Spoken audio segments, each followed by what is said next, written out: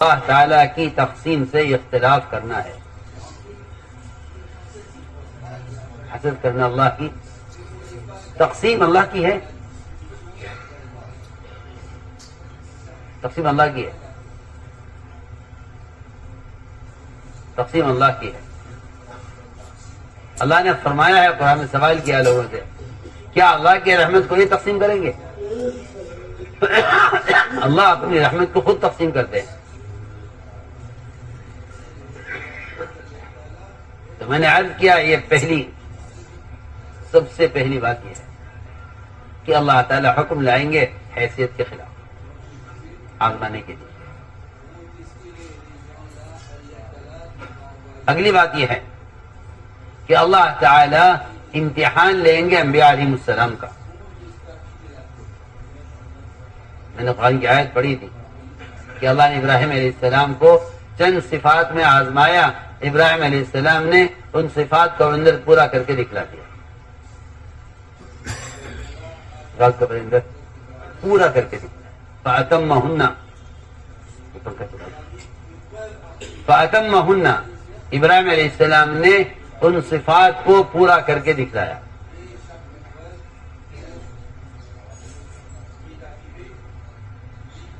وہ 15 خصلتیں ہیں جن کو قرآن نے بیان کیا، وہ 15 خصلتیں ہیں جن کو قرآن نے بیان کیا ہے۔ ابراہیم علیہ السلام نے انہیں پورا کر کے دکھلایا۔ تو کیونکہ انبیاء علیہ السلام کی آزمائش ہوتی ہے، اچانک حکم آتا ہے، اور یہ حکم انبیاء علیہ السلام کے اپنی چاہت جذبے کے خلاف آتا ہے۔ ہر نبی کی یہ چاہت ہوتی ہے کہ اس کے کام کو اور اس کی ذمہ داری کو اس کی اولاد سنبھالے۔ وہ انبیاء علیہ السلام اولاد کے طالب اس لیے ہوتے ہیں تاکہ ان کے دین کی اور ان کے کام کی حفاظت ہو۔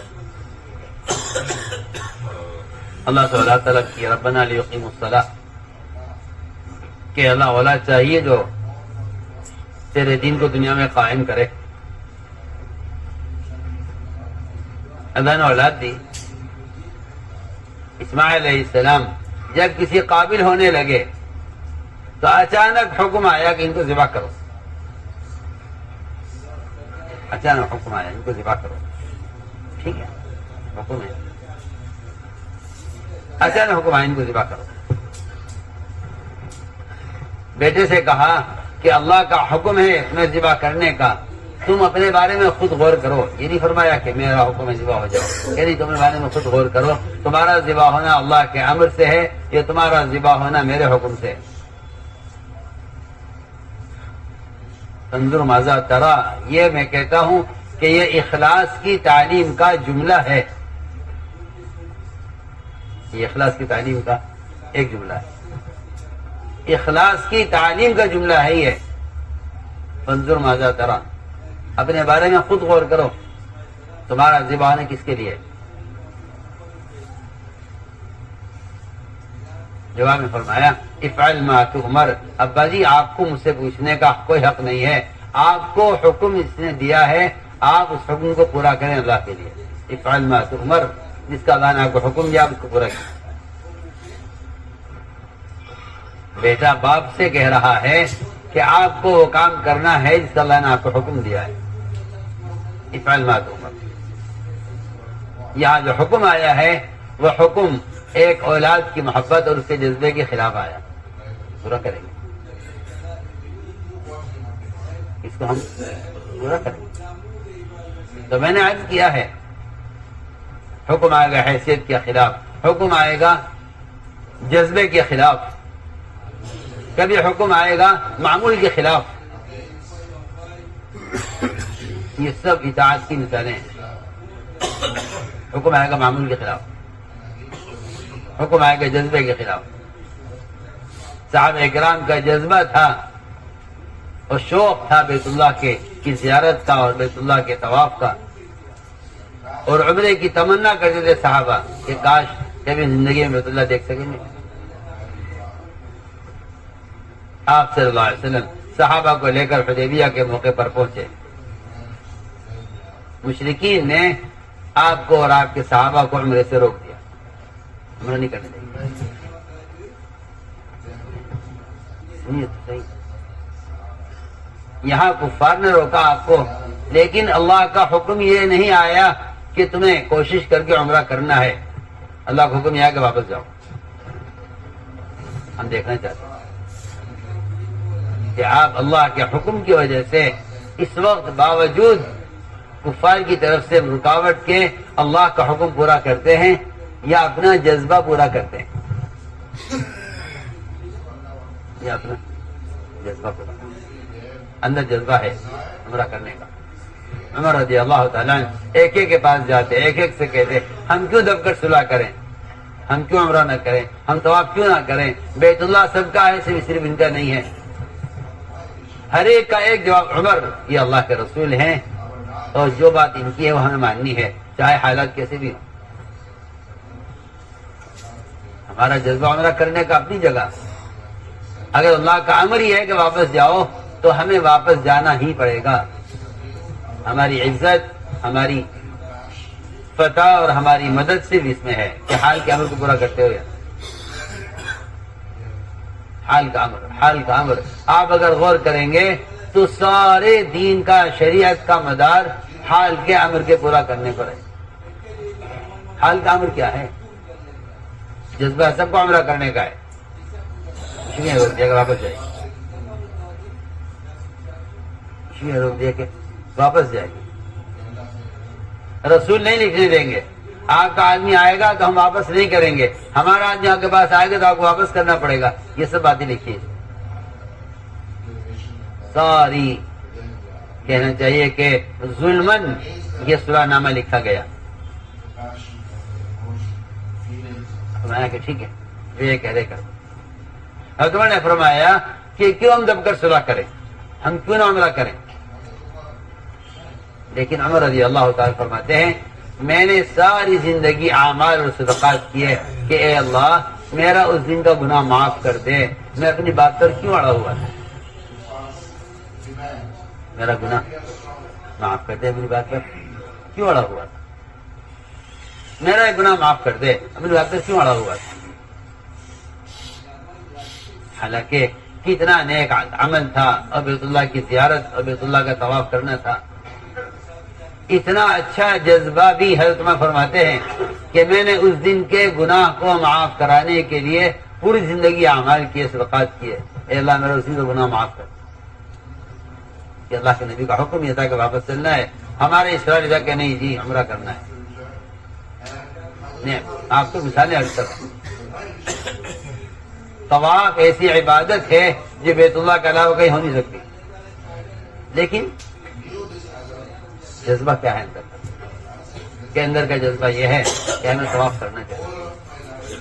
حکم کیا آیا کہ نہیں واپس جائیے. روایت آپ پڑھیے ابھی صحابہ یہاں سے ہٹے نہیں، آپ سے واپس ہوئی نہیں، اللہ نے فتح نازل کر دی. جو کھلی فتح کی، حالانکہ فتح کی کوئی چیز نہیں ہے، فتح کی کوئی چیز نہیں ہے. دب کر صلح کی جا رہی ہے، بغیر طواف کے واپس جا رہے ہیں. لیکن فرمایا کہاں ہے عمر، عمر کو بتاؤ. آج خدمت ہے کیونکہ عمر رضی اللہ تعالی عنہ اپنی سواری لے کر مسلمانوں سے دور چلے گئے تھے کہ اللہ کا عذاب مجھ پر آنے والا ہے.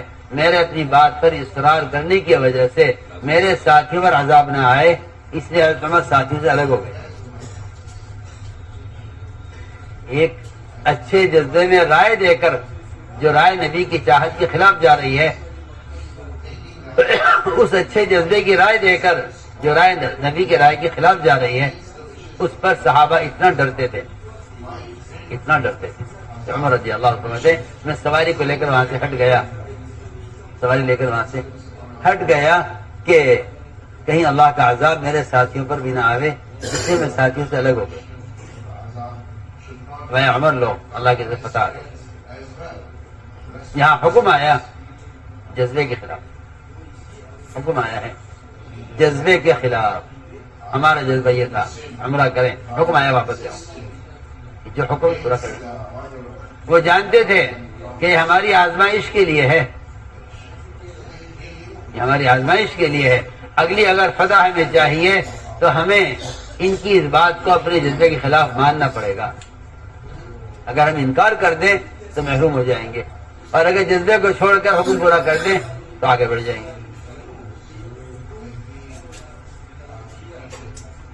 تو اللہ تعالیٰ نے حدیبیہ کے موقع پر صحابہ کو فتح کی خبر سنائی. میں عرض کرتا ہوں کہ کبھی حکم آئے گا معمول کے خلاف، حکم آئے گا معمول کے خلاف.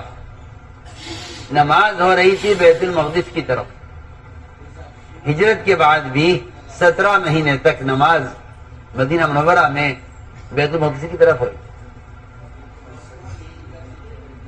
قبلہ بتا،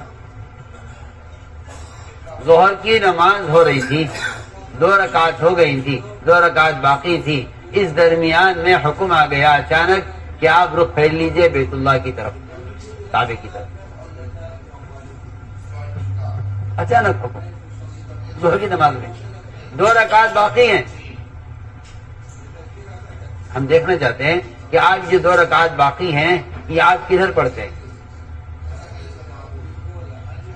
اگر آپ پڑھتے ہیں 2 رکعت کعبے کی طرف تو آپ کامیاب ہیں اور آپ کو قبول کر لیں گے. اور اگر آپ نے یہ باقی 2 رکعت بیت المقدس کی طرف پڑھی تو آپ کے بارے میں فیصلہ یہ ہوگا کہ آپ نبی کے مخالف ہیں، لہذا آپ نبی کی امت میں شامل نہیں ہیں. آپ سنیے تو صحیح.